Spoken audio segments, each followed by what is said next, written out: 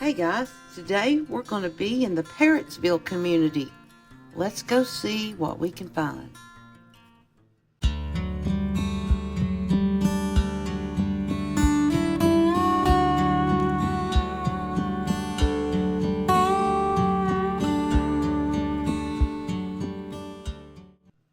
Hello everyone, welcome back to Appalachian Cemetery Hunting. Yes, I have been gone for a couple of weeks, but as some of you may know, my mother passed away, and I've had a lot of things that I've had to get done and change up, and I just had a lot of things to do. So let's move on to the video, but I do want to thank you first and foremost for your prayers and your thoughts and reaching out to us. Thank you so much.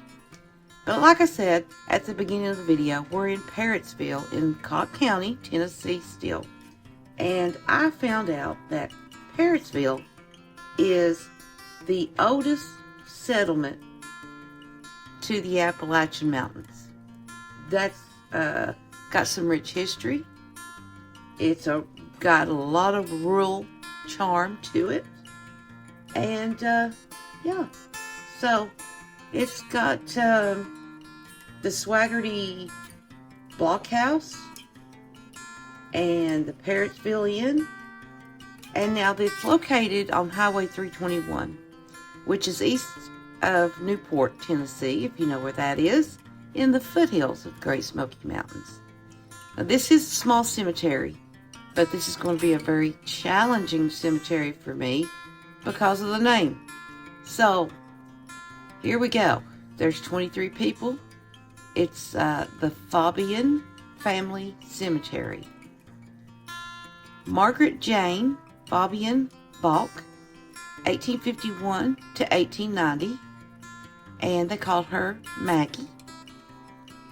Sarah Faubion Broadhurst. Now, 1773 sounds more like an early settler, to 1808, and she was born in Fauquier County, Virginia, but they called her Sally. We have Emma B. Brooks. She was born May of 1888, passed away of January of 1890, so she only lived for under 2 years old. M. D. Brooks, 1825 to 1901. And this person shares the same obelisk with Emma that we just looked at. So, don't know the situation there.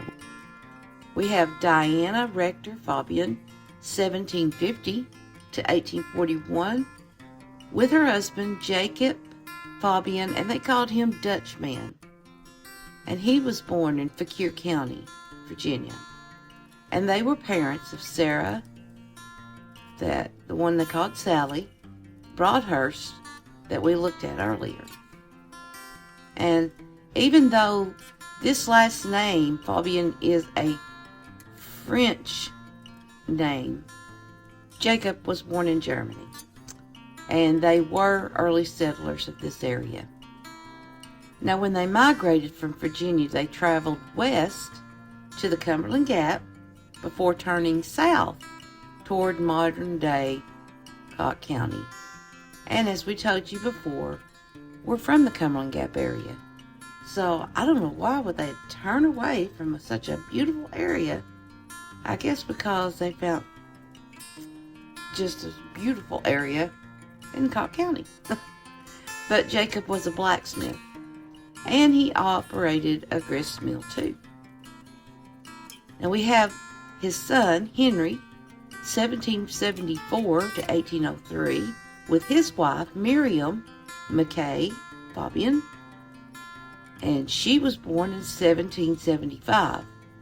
And we couldn't find a death date for her.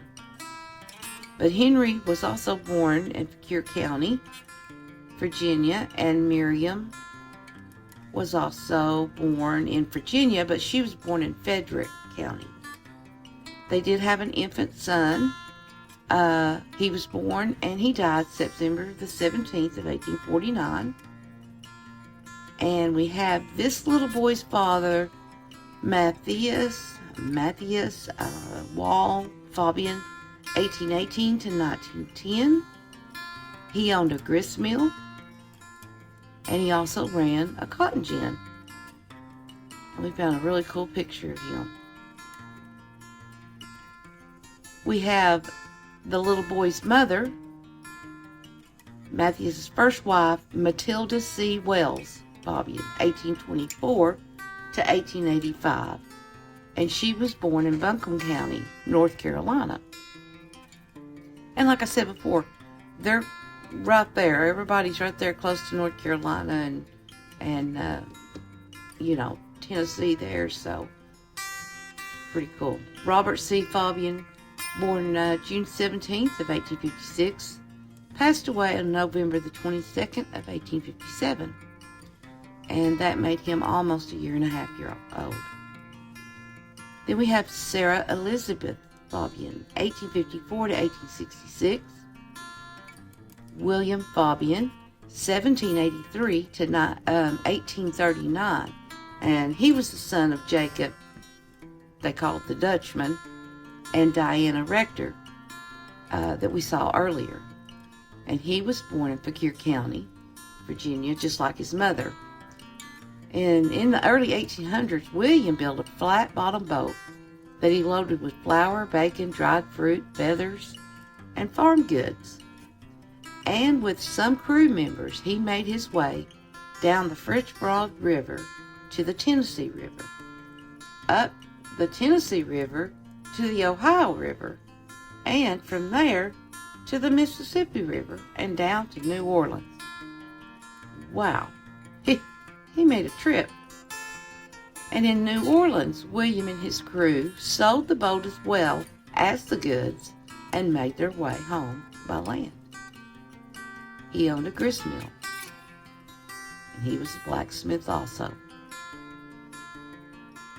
And we found a picture of his house. Isn't that cool? Next, we have his wife, Rosanna Parthena Ayers Faubion, 1785 to 1847. Now, I'm wondering how long that took him to go all the way from here to New Orleans by boat. I'm sure it took him faster than walking back. I don't know. Anyway, she was born in South Carolina, and so there's another early settler. We have William Matthias Faubion, and he was born and died in 1860. Only lived for a month and a half. Elizabeth Faubion McPherson, 1784 to 1808. She was born in Fauquier County, Virginia, and she was another child of Jacob the Dutchman and Diana Rector Faubion that we saw earlier in this video. So that makes her an early settler in the area. Boy, it has got some rich history and to be such a small cemetery. Now we have Alan C. Oh, help me with this name. Machu? I'm sorry. 1852 to 1877. And his brother, Joseph Jr., 1864 to 1870. And he was almost 6 years old. And their father, Joseph G. Oh my gosh. Is it Machu? Michaux. Man, I got a brain like a squirrel. 1815 to 1891. And he was born in Prince Edward County, Virginia. And Joseph was a medical doctor. This is another one of Joseph's sons, Robert Wells, with that last name, 1853 to 1887. There are two people buried here that we can't find hardly any information on, and they are A. Emma Faubion. She was born on August the 14th of 1844, passed away on August the 25th of 1844, only 11 days old.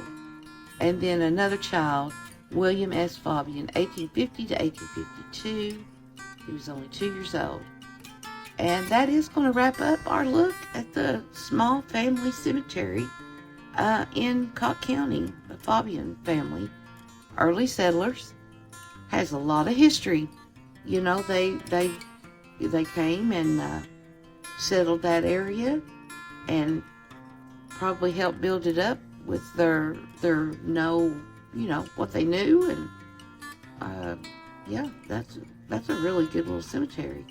It's small, but for local history, I tell you guys, you can't beat it. Don't pass up the small cemeteries if you're looking for family, ancestors. Lots and lots of information out there.